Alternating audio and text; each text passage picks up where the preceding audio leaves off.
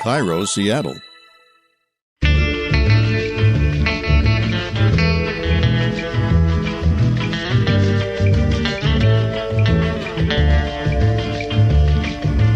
I'm Rachel Bell, and this is Your Last Meal, a show about famous people and the stories behind the foods they love most. Today on the program, comedian and writer Maeve Higgins. Maeve is a proper butter-loving Irish lady who moved to New York 6 years ago, and she recently wrote a book about it. Her new book is called Maeve in America, which also happens to be the name of her podcast.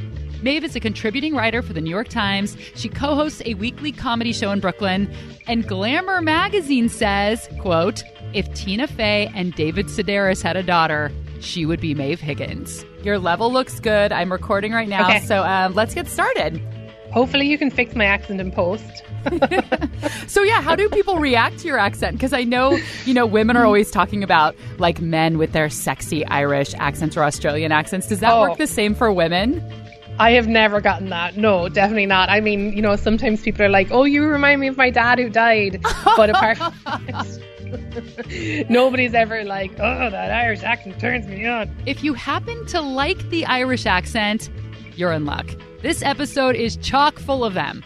We've got Brian Cleer on deck. He's the U.S. brand manager for Kerrygold butter. I have to change some of the things that I say because people mightn't understand what I'm saying. It's definitely worked on my articulation. Brian's going to tell us why Irish butter is so freaking good.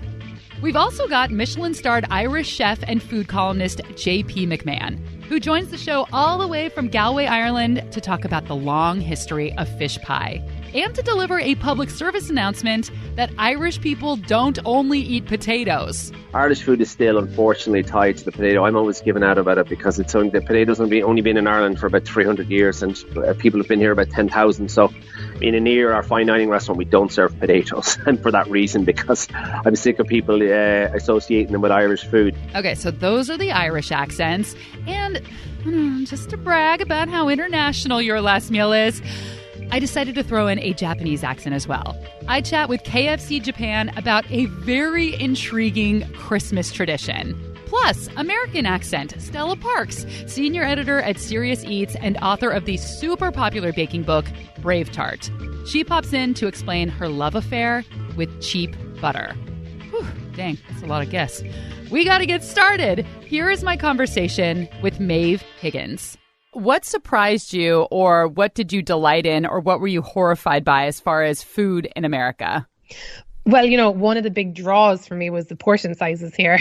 I think that the very first time I came to America, which I actually forgot about, was we came to Disney World. My sister won a trip from a drawing competition. And when I was 15, we came to Disney World. And I just remember like the actual size of the food. Like, I don't know why, but they sell turkey drumsticks in Disney World, like as a kind of a snack. That is my strongest memory of going to Disney World also. That is the one thing I remember, really. Isn't it weird? Like, yes. Why did they decide to do that?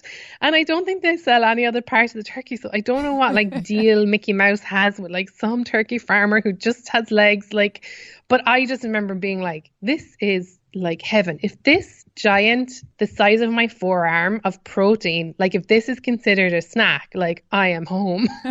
And there's, my first Thanksgiving here it was actually quite a loaded thing because of course, Thanksgiving is a uniquely American holiday. And so I hadn't been to one, but I'd seen it on TV so much and I'd seen it in movies so much. But I didn't know anybody. So my friends, who happened to be a lot of immigrants, we all had like a Friendsgiving. And, all this stuff happened that like I didn't expect to happen at a meal. For one thing, we do have one American friend, Abby, and she brought a sweet potato casserole with marshmallows in it. And I was so confused by the sweetness and the fact that that was part of the main course that it tasted to me like a dessert. Like I was really thrown. Maeve, girl, you're not the only one thrown by marshmallow-topped sweet potatoes. Plenty of us American-born citizens also find it confusing, which is, putting it politely, a lot of people find it completely disgusting. The history of the sticky, sweet potato and marshmallow casserole is oh so American. Like so many wholesome American traditions, It was born out of a company trying to make money. So according to Saveur magazine, the story starts with a couple of German immigrants who invented Cracker Jack in the late 1800s. And for the record, it is Cracker Jack, not Cracker Jacks. And in 1907, these same people introduced mass factory-made marshmallows to Americans. And a decade after that, they were looking to boost marshmallow sales. So they linked up with a lady called Janet Mackenzie Hill. She founded the Boston Cooking School magazine, and they had her develop a booklet of recipes that would encourage Americans to see the marshmallow as an everyday ingredient, not just something that you would roast by the campfire. And Janet came up with all kinds of classic recipes. She's the one, I guess, who's responsible for putting marshmallows in hot cocoa. She came up with the idea for putting marshmallows in fudge and the polarizing sweet potato marshmallow casserole. This is the very first published recipe. This is in 1917. So Janet invented the sweet potato marshmallow casserole, which is good to know because if you hate it, now you know whose house to teepee. Well, I guess actually it'd probably be like her grave. So I don't know if that'd be disrespectful to go teepee the grave of Janet Mackenzie Hill, but maybe you could leave like a bag of marshmallows and light it on fire or something. The opinions of Rachel Bell regarding weaponized flammable marshmallow confections and their proximity to the deceased do not necessarily reflect those of Your Last Meal, its guests, sponsors, parent company, or anyone anywhere ever. All efforts to seek revenge against the creation of objectionable mallow-related cuisine should only be exercised via sternly worded letter, impassioned discourse with friends, or tweeting in all caps. Living in the U.S., Maeve has gotten the experience of celebrating American holidays. And when I lived in Japan about 8 years ago, I had the experience of celebrating American holidays in a foreign country. Now, I have never considered myself an especially patriotic person, but there's something about living abroad that made me feel very proud to be an American. I practically was wearing an American flag bikini, but mostly I was trying to keep up with the holidays that I had grown up with. So on Thanksgiving, all of my American friends gathered in someone's apartment and attempted to make a Thanksgiving meal. This was challenging because in Japan, you can't buy a turkey. They don't eat turkeys. They don't sell the whole bird. And most people don't have an oven. There are no ovens in apartments, so we had to figure out this menu. And then on Passover, my Jewish friends and I gathered to make a Seder. Again, we had to change things up. There was no matzah that we could find, so we used saltines. Instead of the classic horseradish, we used wasabi. And it was really fun. It was kind of an adventure to celebrate these Western holidays when I was in a foreign country in Japan. But when December rolled around, I figured there wasn't going to be a Japanese Christmas season because the main religions are Shinto and Buddhism. I think 1 or 2% of Japanese people are Christians. But I learned that Japanese people do celebrate Christmas, but they do it in their own way. They don't get the day off of work, but one of the biggest Christmas Day traditions is getting a bucket of fried chicken from KFC. The BBC reports that 3.6 million Japanese families eat KFC during the Christmas season. So I called up Yuko Nakajima. She's the chief marketing officer for KFC Japan to ask her how Kentucky Fried Chicken became associated with Japanese Christmas. So it's a very funny story because we came into Japan in the 70s. 2 years from now, it would be our 50th anniversary, by the way. But a foreigner came into our stores in the 70s and said, I want to buy turkey somewhere, but I couldn't find it anywhere. So I will celebrate with chicken instead of turkey. And then our people thought, okay, wow, so maybe that's it. We can start saying for Christmas, KFC. So I think that was the beginning. So one guy comes into one KFC, and then how does that become a national phenomenon? Well, I guess people started celebrating, I think in the 60s, where people got the idea of Christmas and started getting bigger, but they really didn't know how to celebrate. So in there, I think we started saying KFC for Christmas. And then we started a campaign, a Christmas campaign, which you have the family and you have the chicken and you have the happy feeling. And then suddenly everybody thought, wow, that's very stylish. You know, I want to do that as well. At that time, fried chicken was really, really stylish food for Japanese people. So it all associated together. It's a special meal. It's once a year meal. And it's so special that it's a great occasion. It just makes people happy. So in a way, KFC is pretty much responsible for making Christmas a thing in Japan. And people can start reserving the special Christmas chicken dinner in November. So our main one is called Party Barrel. And this has fried chicken, our KFC original recipe. And then it has salad and it has cake. And then with that, this is not food, but we have a special plate that we always have, a design plate that changes every year. So people are waiting for that as well. And then we have other options where we just have roast chicken. You can reserve in advance and come and pick up on that day, or you can walk in, but you will have to get in the queue. And that's also a tradition that people enjoy, to get in the queue at Christmas. So how much of your sales for a whole year come from this Christmas dinner? We have about 3 to 5 days that we do this special Christmas. I would say maybe 10%. By the way, producer Aaron, I don't know if you know this. This is my favorite thing that I've learned in weeks. Ooh. If you go to KFC's Twitter page, they have millions of followers, but they are only following 11 people, all members of the Spice Girls, and 6 guys named Herb. They're following 11 herbs and spices. It's so clever. It's one of those things. It's like, oh God, why didn't I think of that? It's amazing. Okay.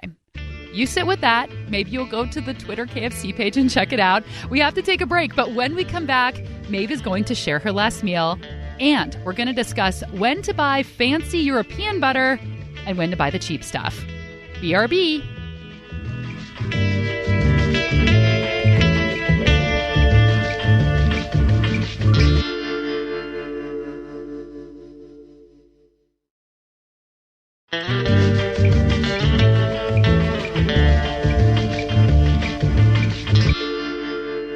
What would your last meal be? I think it would be fish pie made with haddock, with peas in it and a white sauce and mashed potato on top. That was my childhood comfort food. So I think that's what I would probably go back to when I am 130 years old, having my last meal, which would hopefully be, I'll be fed it by my young husband, who'll be weeping the whole time. So your young husband will be about 90. Yeah, he'll be 90 and he'll be really good at making haddock pie. Is that a traditional Irish dish? I've never heard of it before. Really? Yeah. Then I suppose it must be. I mean, I think haddock is, maybe it's like coley, it's like a smoked fish. It's like a smoked coley maybe. So it's like a thick white fish and you smoke it. So it's kind of like a turmeric yellow in colour. And then you just boil it in milk with an onion and then you flake it. And then you put some peas and the onion that you cooked it with and you slice that up. And then you just do like a bechamel sauce and then cover it with mashed potato, which you do with everything in Ireland, obviously. And then a little bit of cheese and then you put in the oven. That sounds so delicious. On a cold day, like on a drizzly day, it's just the best thing. And it's just a really substantial, like lovely one pot dinner too, And do you still make for yourself now that you're here on your own? Lonely in New York? And I managed to, it's funny because I'm from a family of 8 children and we all cooked growing up and it's a big part of our family life. And so I definitely found it hard to cook for like less than 6 people now. Because I'm just so used to cooking for bigger numbers. And all of my sisters found the same thing. And in fact, I think that's why my sisters keep having children now. It's just to kind of keep up with the amount of food that they make. And I have made it once since I've been here. But I would say I just forgot like how much smoked fish, like especially when you're cooking with it, it really stinks up your apartment. And it's like a different thing. If you live in the middle of the Irish countryside, you just open all your windows. But if you're living in an apartment building in Brooklyn, it is no fun for your neighbors. Yeah, but you are in the land of smoked fish because us Jews also love smoked fish. So I feel like you could go to Russ and Daughters and probably get some pre-smoked haddock and just throw it in there and top it with mashed potatoes. I love that place. Oh my God. But it's so funny because when I go to a place like Ross and Daughters, I want to get their specialty. I don't want to be recreating my home thing. I want to see what they're going to do. What I always do there is I get the bagel with the onions and the gherkins and the smoked salmon. I have to say I don't really try and recreate my family meals. Maybe I will when I'm older. But for now, what I love about living in New York is that all the different foods that are available to me. So I'm much more inclined to kind of go exploring rather than kind of going back, Maeve Higgins wants fish pie for her last meal. And I feel like as an American, a lot of people are like, ew, fish pie. Stop that. You stop that right now. It sounds to me just like shepherd's pie. But instead of the meat, it's smoked fish and you have a bechamel sauce or kind of like a really thick smoked chowder wearing a mashed potato hat. Huh? Sounds good. The dish has a very long history in the UK, so I turned to an Irish chef to learn more. JP McMahon is the chef owner of 3 restaurants in Galway. One of them, which is called Aneer, only uses ingredients that are native to Ireland. So we don't use any pepper or lemons or chocolate or spices. So it's all just Irish products. And it's a 1 Michelin star fine dining restaurant. So it's not just like potatoes and lamb. And when I was trying to research the history of fish pie, hardly anything came up online. I found plenty of recipes, but not much commentary on the dish, except for an article that JP wrote in his cooking column for the Irish Times. I was surprised to see how old and how far back this dish went. Yeah, so like when I did that little bit of research for the column, it goes back to like the Normans, so about 1,000 years ago, 1,100 years ago, and it was a kind of regal dish. I mean, I suppose that began with like quite I don't know what the right word is, gnarly, like it was made with lamprey, which are kind of like eel-like fish, and it would have been thickened with blood and then pastry over it. So it would almost be like a black pudding fish pie. Now, it would have had a lot of spices in it, like nutmeg and mace and cinnamon, all of which would have masked the strength of pudding. But I think over the years, I mean, the fish pie, there was a royal fish pie, and there's different variations of it, some with the fish sticking out of the top of it, which you can actually still see in certain European countries as well, where they bake a pastry and stick anchovies up out of the pie. But it has a kind of 1,000-year tradition, and I think from being a kind of part of the British courts, it kind of infiltrated down into the public houses, and that's why, I mean, I think in the like 18th and 19th century, the fish pie would have been quite a staple of the British public houses, but also of say the Irish country house tradition, which would have been, I suppose, the Anglo-Irish landowners. So fish pie used to be a popular pub dish, but JP says it's not something you really see anymore, not even in people's kitchens at home. It's a UK retro classic, kind of like marshmallow sweet potato casserole, but less gross. People really, really associate potatoes with Ireland, and so having mashed potatoes on the top of this dish just seems to go. Is that something that's still really popular? Do Irish people still eat a lot of potatoes, or is that an old school idea? Yeah, like yes and no. I mean, Irish food is still unfortunately tied to the potato. I'm always given out about it because the potatoes only been in Ireland for about 300 years, and people have been here about 10,000. So it's kind of reductive, but it's still. It is one of those things. We like in Aneer, our fine dining restaurant, we don't serve potatoes, and for that reason, because I'm sick of people associating them with Irish food. But like, it is a difficult thing to shake off, because we're like almost tied to the potato. But for me, we've kind of ignored a lot of other stuff in Ireland, like shellfish. I mean, we have so much shellfish in Ireland, and a lot of it we don't eat, like say mussels and oysters and langoustines and clams, and a lot of it is exported. And so for me, I'm always trying to encourage people kind of see Irish food through the lens of the sea as opposed to the lens of the land. But one of Maeve's favorite Irish foods does come from the land. She loves Irish butter. I've definitely tried to make soda bread here, but I've found that like it's not the same. The soda bread is fine, right? Because it's such a simple set of ingredients. But if you don't use Irish butter, I realized that it was like the butter that I was always after. Like I could eat any type of bread, but unless it has Irish butter, which is so different to American butter, it's a different color, it's different texture, and it's completely different taste. And always our butter is salted. That's like a huge thing that I've realized makes a taste difference. And I think also that the cows are outside, it really makes a difference to our butter. You do have the superior butter. That is true. Thank you. You're welcome. I think in general, we're lucky with our dairy, I think, because it rains all the time, which is kind of a high price to pay for delicious butter, just to be in a rainy country with terrible hair for your entire life. But maybe it's worth it when the dairy is so good. Like the cream too. Oh my God. My nieces are basically raised on cream and they're turning out fine. I mean, they're chubby, but they're cute. If you haven't had Irish butter, get your butter-loving butt to the grocery store and pick some up. You can buy it in the United States. Kerrygold, they sell their Irish butter in grocery stores across the U.S., and it is super good. It is bright yellow, it's creamy, it's rich, it's saltier than American butter, and it takes bread and butter to a whole new level. Kerrygold's U.S. marketing director Brian Cleer tells us why. In Ireland, we have a much different dairy system or dairy environment than here in the US.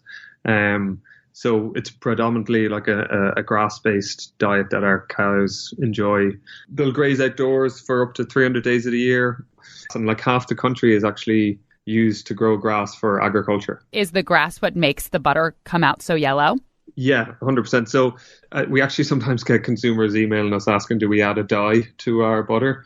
The colour in the butter comes from beta carotene, which is naturally occurring in grass that the cows consume. And then that kind of goes through the chain, through their milk, and you kind of see it visibly in the butter. And did you say that it is more spreadable straight out of the fridge? Not that I would recommend any consumer to do this, but in Ireland, that would be a kind of conversation piece of like, do you leave the butter in or out of the fridge? And because of the temperature in Ireland doesn't really vary too much. At home, growing up, we would always have just a butter dish on the table, not refrigerated or whatever, to make sure that it was always kind of spreadable. All right, Aaron. Counter or fridge? Where do you keep your butter? Now, this is an area of great hostility in my home because my girlfriend and I disagree as to where the butter should be. Oh my gosh. I cannot fathom, for any reason, why anyone would want cold butter on their bread. You can't spread it. It rips everything up. It's the worst. I get it. If you want to keep it cold because you like to bite it, maybe? Because you like sanitation? No, you wrap it, you cover it. That's what butter dishes are for. You're fine. Flies aren't going to lay eggs in it or the various other things she tells me will happen to this laid out butter. Whoa, I never thought about that possibility. I'm with you. I think it belongs on the counter, but I grew up in a household where it's kept in the fridge, and so I haven't broken the habit yet. But I hate when it's cold, and when you get the little butter packets wrapped in the gold foil when you go out to eat, I sit on them so that my butt can warm them up, because that is really the worst as well. Like at a restaurant, there's no reason why they are serving ice cold butter packets. Butt butter? Butt butter. Rachel. I wish I had a bigger butt because I have a kind of a small butt and I feel like it probably takes me longer to warm the butter. So in my next life, I'll have a big butter melting badonkadonk. And you told me in an email that your family has a connection to Maeve. Can you talk about that? Oh, yeah. So, well, you know this idea of 6 degrees of separation? Yep. Yeah, well, in Ireland, it's probably 1 or less. So okay. I'm pretty sure. But you don't have the Kevin Bacon. So this is like 1 degree separation from Maeve Higgins, maybe. Exactly, yeah. And I'm pretty sure she probably moved to the US to try escape this type of colloquialism. But I'm going to probably hit a lot of Irish stereotypes here. But I work here selling Irish dairy. But I grew up in a pub. My parents ran a pub, and they also ran a little theatre at the back of it. Where I'm from is a place called Kilkenny, and every year they have a fairly well-known comedy festival. So Maeve actually would have played in our little theatre a good few times, I think, over the years. That's so cool. But I don't know her directly, but sure, that was our 1 degree of separation. And for people in the States who may be listening to the podcast and this could be their first introduction to Maeve, is she a pretty big name in Ireland? Oh, yeah. Everybody would know Maeve, all right, very well, yeah. She's had a good few shows. She's toured the country. She'd be 100% be a household name, but a well-known comedian. When I was looking for butter experts for this episode, I put a call out on Twitter, and I was connected with Stella Parks. She's the senior editor at Serious Eats and the author of BraveTart, a very, very beloved baking book that tells you how to make Oreos at home, how to make homemade sprinkles, and a bazillion other delicious desserts. And Stella is known for having a very strong opinion about butter. Even her Twitter and Instagram bios say, I love cheap butter and expensive chocolate. But we're here to talk about cheap butter. So when I called Irish butter superior, Stella had a few words for me. Well, I think that the idea of superiority has got to be rooted in context. You can't just say, oh, well, more fat is always better, or the flavor of culturing is always better, because there's a lot of recipes where you're not going to taste that. If you're making, say, an American-style chocolate cake, and it's loaded with coffee and brown sugar and cocoa powder and vanilla extract and all these things, the flavor of cultured butter isn't going to come through whatsoever. Like, I have done countless blind tastings. Is a thing I used to do at a restaurant where I work, with these kind of like side-by-side comparisons, and people are just like, it's the exact same cake twice. What is wrong with you? Like, this is not even fun. And I'm like, well, there's a huge price difference between these cakes because this one's made with extremely fancy cultured butter. And it's like, well, why? So it kind of seems silly for me to ask readers on Serious Eats or readers of my book to like pony up for cultured butter, which is often, a lot more expensive and typically in line with a Euro style. It's just not really a worthwhile investment for something that's going to be covered up. I totally agree. Now I'm seeing what you're saying. I agree. Like when it's with baking, I don't think it matters either. But if I'm going to eat butter on a piece of bread, that's when I want to taste really salty, good butter. Absolutely. If I'm going to make a pasta dish or have some bread and butter or, butter and radishes or something. Yeah, I'm going to spring for some really good butter where you're able to savor that flavor. But another issue is a lot of European style butters have a higher fat content and they're kind of formulated in a way that they're a little bit softer. And those properties are amazing for European style desserts. Like if you're making croissants, it's so hard to make it with American butter because it's leaner and a lot harder straight from the fridge. So it doesn't roll out as nicely and it's much harder to laminate. It's more likely to like crack. But if you're talking about, say, an American style pie crust or chocolate chip cookies, that extra fat and the softer texture are both going to be working against you. Our recipes evolved with our style of butter. Stella says if you're going to spring for quality ingredients when you're baking, get the good cocoa powder, get the good chocolate, get the good vanilla, because most of the stuff on the shelf is kind of bad. But she always buys store brand butter. And Stella won a James Beard Award for the store brand butter cookies and cakes in her book. So I would stick with Stella. Now, this might be a good time to mention that I have this big hunk of a man that I'm dating. No, that's not what I was going to say. I have this big hunk of butter in my fridge, and it's this very fancy French butter, and it has these big flaky shards of salt ribbon through it, and it is one of the best butters I've ever had. And my boyfriend came over last week, and he took it out of the fridge, and he opened up the wrapper, and he just held it up to reveal the teeth marks in the butter. And I had to reveal, well, of course it was me. Who else would it be? Like, I take bites of the butter. It's that good. It's that good. Also, sometimes I'm lazy. So, like, the other day, I just had in each hand, I had a sweet potato in one hand and that butter, and I just take a bite and a bite and a bite. No one has time to spread. All right, break time. But when we come back, more from Maeve Higgins. Don't you love her? She's funny. You want to hear more from her. Maeve tells me why any single gal at a party should always stand by the crock pot full of Little Smokies.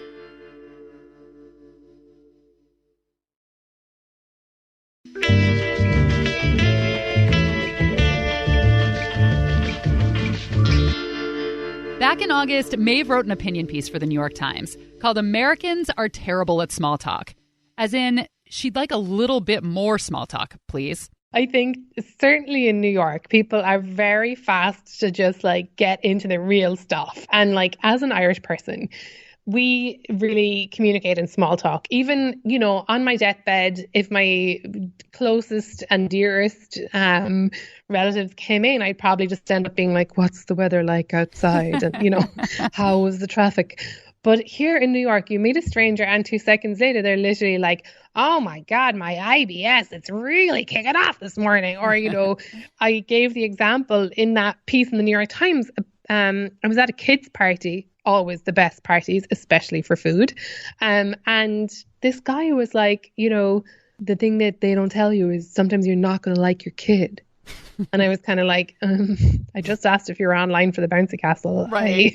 Sorry about that you got a bad child. But I mean, the thing is, he didn't get a bad child. He was just having a bad day, but he felt completely fine about opening up to me in that way. And I was a total stranger. So that's a bit of a culture shock for sure when you come from a country where everything is a secret until you've had a drink. Well, why do you think small talk is better? Because, we actually publish articles here about avoiding small talk. I've talked about it on my show before. Let's do medium talk. Let's do big talk. Let's try to get to know each other faster. How would you promote small talk as the better way to go when you first meet someone? Often the question I get asked when I go to parties and I meet new people here, it's kind of like, who do you work for? Or how do you know Stacey? Yeah. Or, who do you write for? You know that you're being classified and even if it sounds good. Like if I say, oh, well, I'm doing a book with Penguin, or like I work for the New York Times, they get a certain idea of me, but that could actually be wrong. And I think it's subtler and it might take a little bit of a longer time, but you get a better measure of a person if you actually go in gently and see what they're really about, you know. And I think maybe it's because I'm afraid of directly speaking to anybody, but I think kind of going around is it can take a bit longer, but it's more fun and it gets the true part of somebody too, rather than just figuring out what they're worth, you know. Yeah, I mean, I wouldn't call small talk what I do because, I don't really like to ask about the weather and what people do, but I like to just come in with something relevant and silly and kind of quirky so that you can have fun with someone instead of just like an exchange of information. Yes, totally. And I think, Rachel, like food is a brilliant thing to talk about because, you know, like we said, it's all wrapped up in culture and there's so many little missteps that you can make with food and there's so many little hints about yourself that you give with food. So food is a brilliant thing to talk about. Oh my God, I remember discussing trifle with this old woman at my aunt's Christmas party for maybe 25 minutes. Oh my God.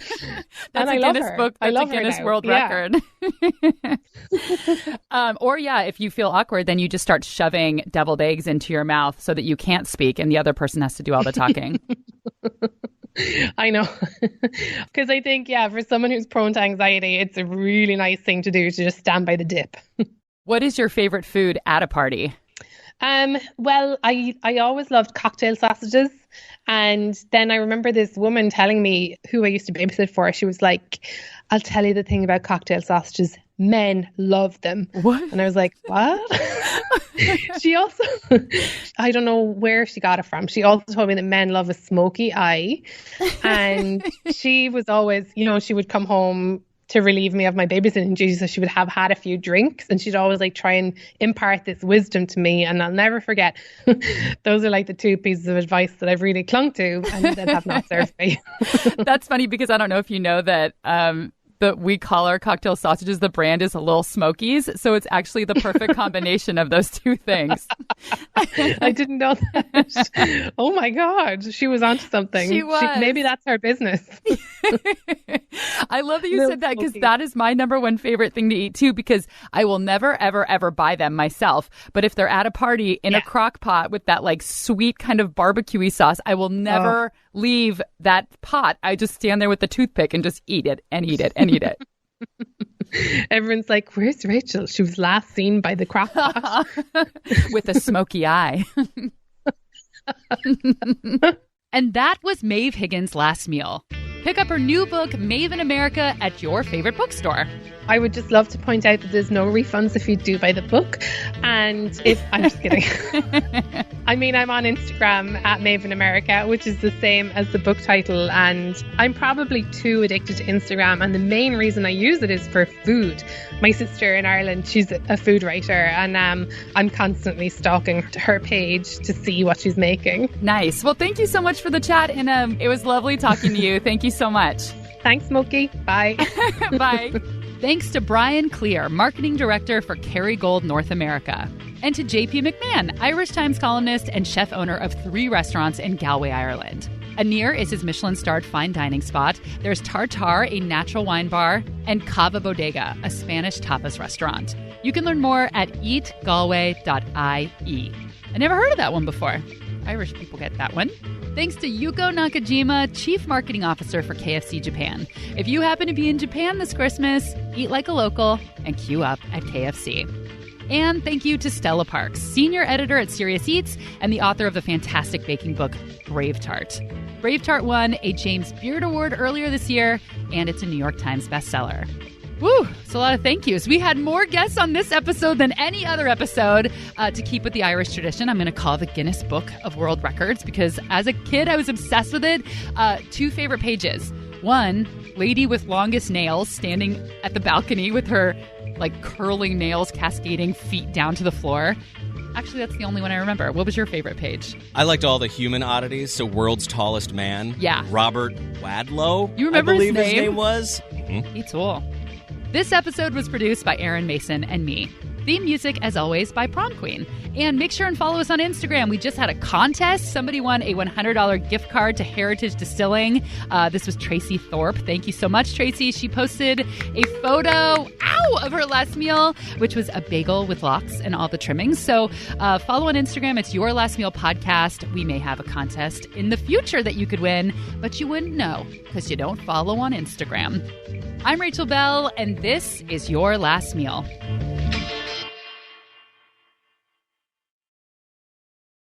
I'm with you. I just burped, so I'm going to do that again. If you haven't, yeah. Okay. When I was looking for butter experts for this episode, I put a cowl out on Twizzler. I was like, yo, licorice, what you got? All right.